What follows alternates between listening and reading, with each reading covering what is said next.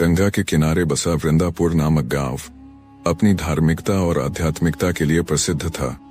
इस गांव में हर सुबह मंदिर की घंटियों की मधुर ध्वनि गूंजती, वेद मंत्रों का उच्चारण होता और श्रद्धालु गंगा में स्नान कर भगवान शिव का जलाभिषेक करने जाते। यहाँ के लोगों का जीवन भक्ति और साधना से जुड़ा था, लेकिन इस पवित्रता के बीच कुछ छिपे हुए अंधेरे भी थे जिन्हें कोई देख नहीं पाता था। इसी गांव में सुमित्रा नाम की एक विधवा महिला रहती थी, जिसकी सुंदरता और सादगी की चर्चा पूरे गांव में होती। उसकी बड़ी बड़ी आंखों में अनकही कहानियां बसी थीं और उसकी लंबी चोटी उसकी गरिमा का प्रतीक थी। परंतु उसके चेहरे की शांति के पीछे एक गहरा दर्द था। कुछ वर्षों पहले एक दुर्घटना में उसके पति का निधन हो गया था और तब से उसकी जिंदगी एक अंधकारमय गुफा में कैद हो गई थी। वह दिन भर अपने घर के कामों में व्यस्त रहती, लेकिन अंदर से खोखली हो चुकी थी। मंदिर में जब औरतें हंसी ठिठोली करती, वह चुपचाप शिवलिंग को निहारती रहती।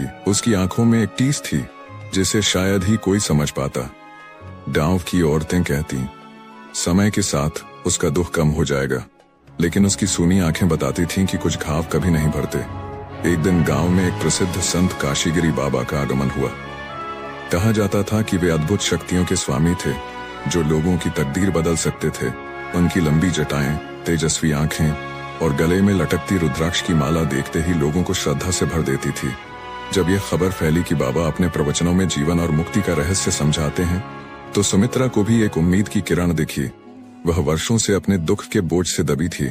शायद बाबा उसे इस पीड़ा से मुक्त कर सकते थे। अब सुमित्रा प्रतिदिन मंदिर जाती, जहां बाबा प्रवचन देते। बाबा कहते, दुख एक भ्रम है, आत्मा की शक्ति को पहचानो, तभी सच्ची मुक्ति मिलेगी।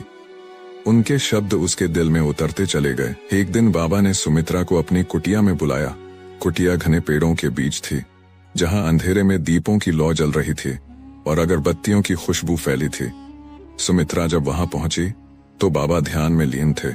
उन्होंने धीरे से आंखें खोली और गहरी आवाज में कहा, बेटी, तुम्हारा चेहरा बताता है कि तुम भीतर से टूटी हुई हो, लेकिन मैं तुम्हें मुक्ति का मार्ग दिखा सकता हूँ। सुमित्रा ने धीरे से सिर झुका लिया और कहा, बाबा, मैं इस दर्द से आजाद होना चाहती हूँ। बाबा ने मुस्कुराकर कहा, तो फिर तुम तैयार हो, मुक्ति के लिए समर्पण आवश्यक है। उस रात के बाद सुमित्रा बाबा की कुटिया में रोज जाने लगी। वहां रहस्यमयी मंत्र गूंजते, दीपक की मंद रोशनी में एक अजीब सा आकर्षण होता। बाबा उसे साधना के गूढ़ रहस्यों में ले जाने लगे।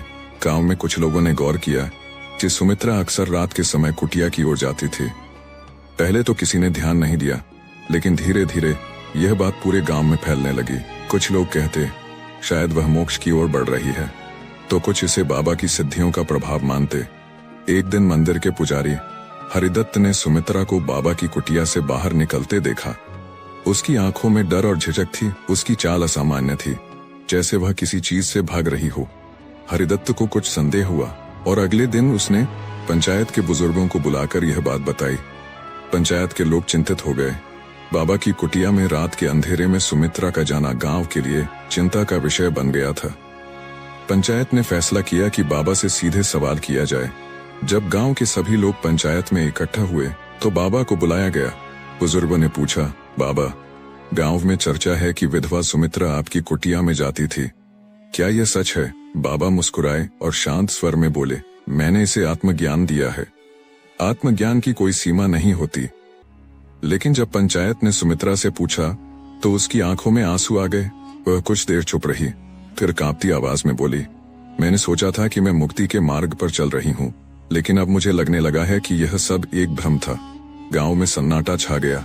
अब तक जो लोग बाबा को पूज्य मानते थे, वे भी सशंकित हो उठे। पंचायत ने बाबा को गांव छोड़ने का आदेश दिया।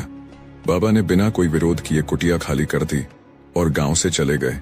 बाबा के जाने के बाद गांव में पहले जैसी शांति लौट आई, लेकिन सुमित्रा के लिए यह एक महत्वपूर्ण मोड़ था। उसने महसूस किया कि मुक्ति किसी बाहरी संत या गुरु से नहीं, बल्कि स्वयं के भीतर की शक्ति से मिलती है। उसने अपने जीवन को एक नई दिशा देने का फैसला किया।